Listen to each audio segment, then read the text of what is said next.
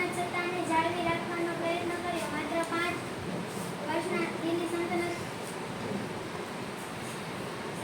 કાળની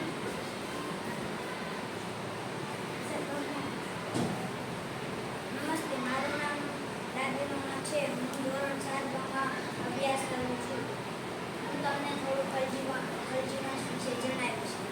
ખલજી વંશ સમયકાળ ઈસવીસન 1290 થી ઈસવીસન 1320 છે. જલાલુદ્દીન ખલજી વંશ શાસનની શરૂઆત કરી હતી. જલાલુદ્દીન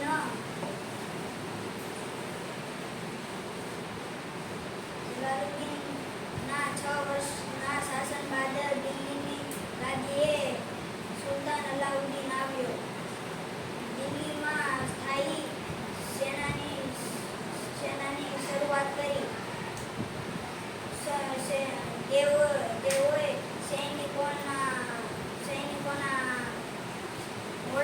સૈનિકોને વિશિષ્ટ ઓળખ માટે દાગ અને જાહેર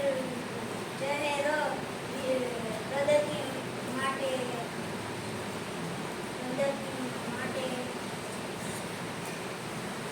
ઓળખ કરી. નમસ્તે, મારું નામ સરવિયા ગોહિલ છે. આજે હું તમને તુગલક વંશ વિશે સમજાવીશ. મોહમ્મદ તુગલકના સમયમાં આફ્રિકી મુસાફર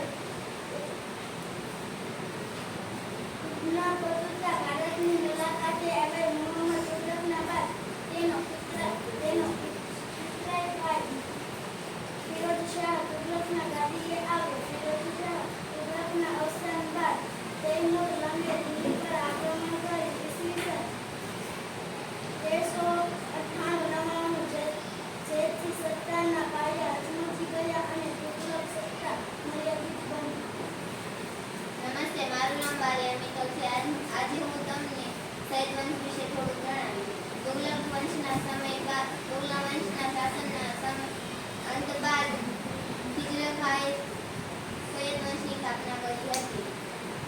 સૈયદ વંશ બાદ બહલોલ લોદીએ લોદી વંશની સ્થાપના કરી હતી. બહલોલ લોદી સલ્તનતનો અફઘાન પ્રથમ શાસક હતો. નમસ્તે, મારું નામ ચૌહાણ રાજર છે. હું તમને થોડું લોદી વંશ વિશે સમજાવું. સંસ્કૃતિ સાંભળું છું.